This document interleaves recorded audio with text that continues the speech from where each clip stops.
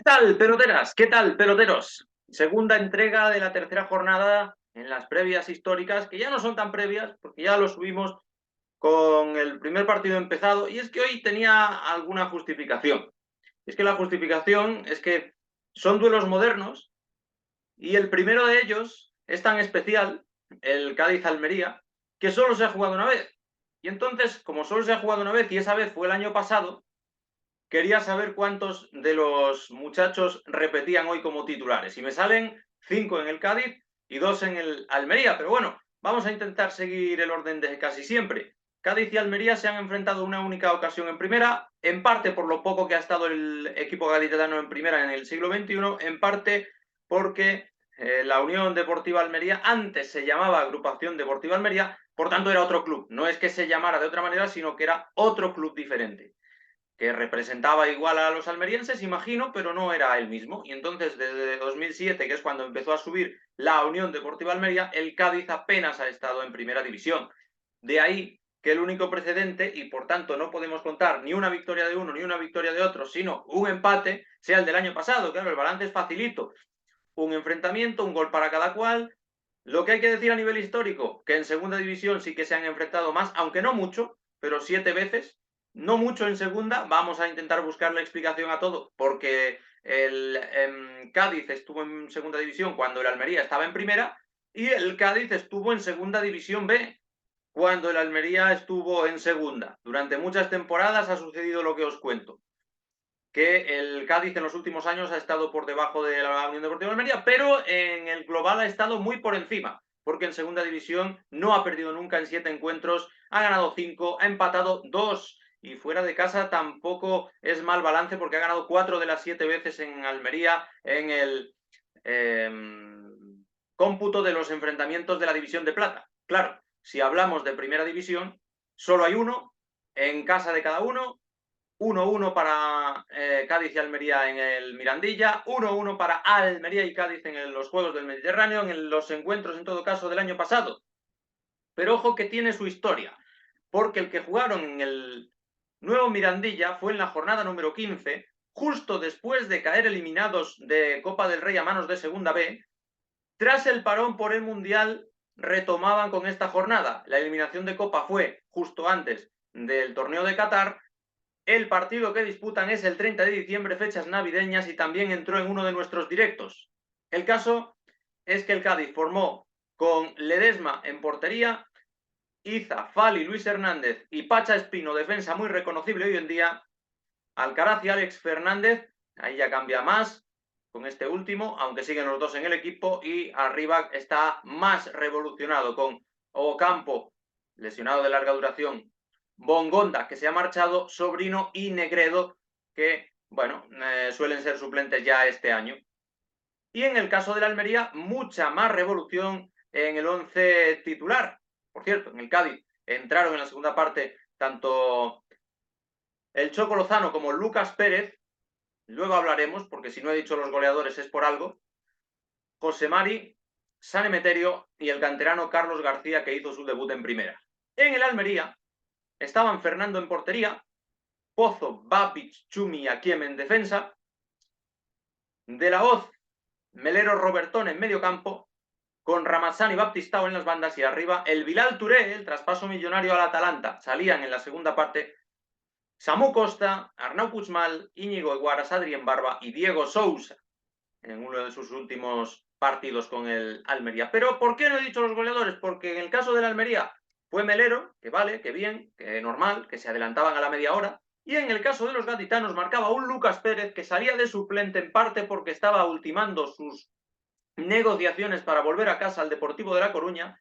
Este sería su último partido con el Cádiz, y este gol valdría su peso en oro, porque el Cádiz se salvó por bastante poco, y si acabó por delante del Almería fue precisamente por rescatar estos puntos. También podrá decir el Almería, bueno, y el Almería también consiguió la salvación en parte con el gol que marcó en el descuento en el partido de vuelta contra el Cádiz. Se pueden hacer muchas lecturas.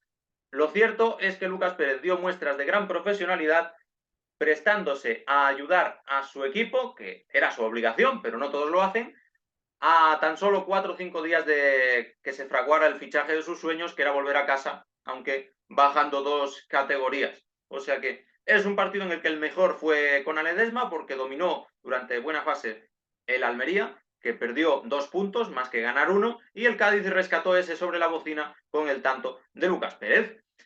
En cuanto al siguiente partido que repasamos, como todos los de hoy, son duelos con pocos precedentes. Sin embargo, el Granada Club de Fútbol, Real Club Deportivo Mallorca, por cierto, no he dicho que en el Cádiz-Almería, bueno, el duelo era entre Sergio y Rubi. Vicente Moreno es el que ha cogido ahora las riendas de la Almería. Un Vicente Moreno que estaba al mando de uno de los Granada Club de Fútbol, Real Club Deportivo Mallorca, que os voy a relatar. Porque hay en total 6 enfrentamientos. El primero data de 1960, lo ganó el Granada 4-0, pero no le sirvió para salvarse. Entonces me he dicho a mí mismo que no merecía mucho la pena. Porque es verdad que el hijo del Real Mallorca no le sirvió tampoco para salvarse, pero es el único que ha conseguido ganar en Granada. 3 victorias locales, 2 empates, 1 victoria visitante, 13 goles para el Granada Club de Fútbol, 6 goles para el Real Mallorca. Me quedo con la victoria nazarí por la mínima en la temporada 2019-2020, porque fue una temporada de un ciclo muy especial para los de los Cármenes. Jornada número 19, última de la primera vuelta, aunque ya empezábamos con la tontería del calendario asimétrico, y jugaba el equipo de Diego Martínez contra el de Vicente Moreno. El de Diego Martínez se metería en Europa League, el de Vicente Moreno bajaría a segunda división después de haber ascendido de segunda B a primera. Se resolvería con el primer gol de Ángel Montoro en primera división, lo marcaba en el minuto 24, un Ángel Montoro que luego sería el héroe en la eliminatoria de octavos de final de la Europa League contra el Nápoles de Gennaro Gattuso. Te voy a arrancar la cabeza. El Granada Club de Fútbol formaba ese día con Rui Silva, Víctor Díaz, Domingos Duarte, Germán Sánchez y Carlos Neva, Brais Etequi, Ángel Montoro, Puertas y Machís, Carlos y Soldado. A veces jugaba con un delantero, en esta ocasión en 2 para aprovechar la debilidad defensiva del rival. Un Granada Club de Fútbol que daba entrada en la segunda mitad a Asís, a Fulquier y a Vadillo, y que estaba viviendo posiblemente la mejor época de su historia. Por eso este encuentro merecía la pena rescatarlo, porque además es representativo de cómo ganaban los de Diego Martínez, optimizando recursos, el día que tocaba con 2 delanteros, pero marcando muy temprano y resguardando bien la portería propia.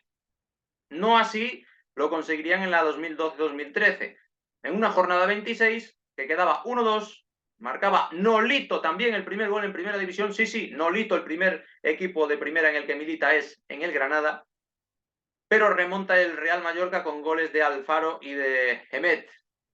Se las prometía muy felices los de Gregorio Manzano tras remontarle a los de Lucas Alcaraz, un Gregorio Manzano que llegaba tan solo 4 jornadas antes para sustituir a Joaquín Caparrós, pero que no podía obrar el milagro de la salvación del Real Mallorca. Temporada convulsa para los Baleares. El Granada se salvaba y el Real Mallorca, pese a esta única victoria en feudo de los Cármenes en primera división, bueno, y en segunda, que tampoco han ganado, porque en segunda, en su casa sí que son fuertes contra el equipo nazarí, pero fuera de casa nada de nada, pues pese a todo esto no conseguían el objetivo. Claro, no he tenido muchas victorias de donde elegir del Real Mallorca, que aquel día formaba con Aguate en portería, Hutton, Núñez con Seisao Luna en defensa. Solo me suena de todos estos Núñez y Aguate, obviamente, pero eso quiere decir que no hicieron gran cosa en el Real Mallorca. Tisone, Martí y Pina, Alfaro, Gio dos Santos y Víctor Casadesús. Ahora, curiosamente, anda por Andorra. Entraron como suplentes Hemet, que resolvería en el minuto 89. Leía algo también de algún destino sorprendente este verano, pero no lo recuerdo. Sé que luego fue al Brighton y a equipos de segunda división inglesa. Javi Márquez y Pereira también entraban en aquel partido, pero es una victoria pírrica para el Real Mallorca porque no le sirvió ni de lejos para salvar la categoría.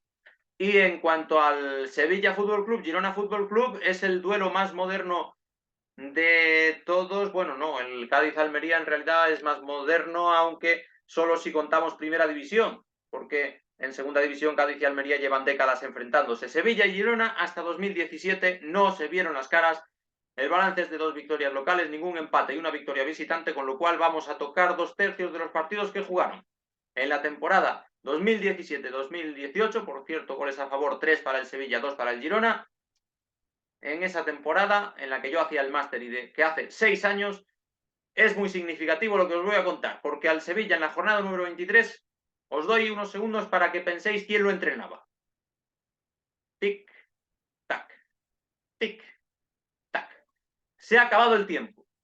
Lo entrenaba Vincenzo Montella en una temporada en la que comenzaba Berizzo, en la que luego se le diagnosticaba un cáncer de próstata, del que felizmente se recuperó, pero que acababa teniendo cambio en el banquillo sevillista, incluso con Joaquín Caparrós haciéndose cargo del equipo en las últimas jornadas, pero en esa jornada 23 era el italiano Vincenzo Montella, el que dirigía las huestes del Sánchez Pizjuán, que ganaban con un solitario gol de Sarabia en la reanudación en el minuto 46, nunca mejor dicho, lo de reanudación. Pero ¿qué es significativo de este partido? Pues la alineación, porque la alineación os voy a decir cuál era, del Sevilla Fútbol Club. Sergio Rico bajo palos, que felizmente está recuperado de su incidente en la feria. Jesús Navas, Clement Lenglet, Gabriel Mercado y Sergio Escudero. Steven Enson, Guido Pizarro, Pablo Sarabia, el único mudo que habla, el mudo Vázquez, Joaquín el Tucu Correa, y arriba Muriel. Entraban en la segunda parte delanteros tan buenos como Ben Yedder y jugadores como Layún o Geis, pero no entraban ni David Soria, ni Roque Mesa, ni Nico Pareja, ni Sandro Ramírez.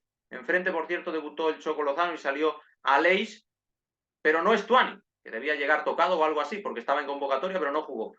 ¿Qué ocurre con los del Sevilla? Que es que en todo el 11 del equipo hispalense solo hay uno que siga en la plantilla, que es Jesús Navas. Solo uno, ¿eh? Y de los que entraron, pues más de lo mismo. Ni Ben Yedder, ni Layún, ni Geis. Tampoco David Soria, tampoco Roque Mesa, tampoco Nico Pareja y tampoco Sandro Ramírez. O sea, de 18, bueno, he nombrado a menos de 18 porque no he nombrado a un par de ellos que no entraron. Bueno, es igual. De todos los que he nombrado, no estaba nadie 6 años después en la plantilla actual del Sevilla. Esto te da la idea de lo rápido que cambia el fútbol. Es una muestra más, seguro que hay muchas, pero muy significativo el lavado de cara del Sevilla año tras año en una plantilla aquella que parecía hecha para Sampaoli el año anterior. Pero como Sampaoli se había dado a la fuga, pues ahí estaban los argentinos, Mudo, Nico Pareja, etcétera. En el caso de la temporada en la que ganó el Girona, fue la pasada, hace 3 meses y medio, pero no hace más. Jornada número 32, se enfrentaban los técnicos que se van a medir hoy, Mendilibar en el Sevilla, Michel en el Girona, y eso sí, la plantilla está algo cambiada, sobre todo en algunas posiciones de medio campo. 0-2 ese partido con goles de Juanpa en el minuto 23 y de Tati Castellanos en el minuto 55. Primera derrota de Mendilibar, que estaba dándolo todo en la Europa League, rotando de manera masiva en Liga y que se acabó saliendo con la suya ganando la competición europea. Pero los de Michel, en el mejor momento de la temporada, pocos días después de vencer al Madrid, presentaron a Gazzaniga bajo palos, a Couto, Bueno, Juanpe, Javi Hernández y Miguel Gutiérrez en defensa, a Oriol Romeu, Iván Martín y Víctor Sigankov en el medio y arriba Rodrigo Riquelme, que posiblemente se marcó el mejor partido de la temporada, junto al Tati Castellanos, que venía de ese póker contra el equipo blanco y que se está desatando en goles. Ahora ya ha fichado por la Lazio. Entraban en la segunda parte tanto Callens como Valeri, como Reinier, como Artero y como Bernardo, pero ya en la recta final para resolver un partido que perdía el Sevilla por primera vez contra el Girona. Veremos si esta vez también lo pierde, porque llega con 0 puntos de 6 y el Girona, que no ha perdido, con 4 de 6. Hay precedentes para todos los gustos, menos empates en el Sevilla-Girona. En fin, que son duelos modernos con sus propias pequeñas historias cada uno, porque el Cádiz-Almería solo se ha producido en una ocasión en primera, pese a que sean dos equipos con cierta tradición, sobre todo el Cádiz, con mucha tradición. El Sevilla-Girona solo 3 veces en primera, porque el Girona es un nuevo rico, por decirlo de alguna manera, y sin que suene peyorativo. Y en el otro partido, en el Granada-Mallorca, pues eso, muchos equipos ascensores que no han coincidido en la élite demasiadas ocasiones, pero que ya lo hicieron la primera vez en 1960 y que han tenido sus momentazos, como el Granada de Diego Martínez. Así que decidme todo lo que se os ocurra del fútbol español. La explicación de lo del Cádiz-Almería es esa, la que os he dado, que quería saber cuántos coincidían por barba de jugadores que fueran titulares en los dos equipos y que repitieran del año pasado. Tenía yo esa tontería de inquietud. Así que nos vemos pronto, decidme lo que queráis del fútbol español, dadle like, suscribíos y hasta la vista.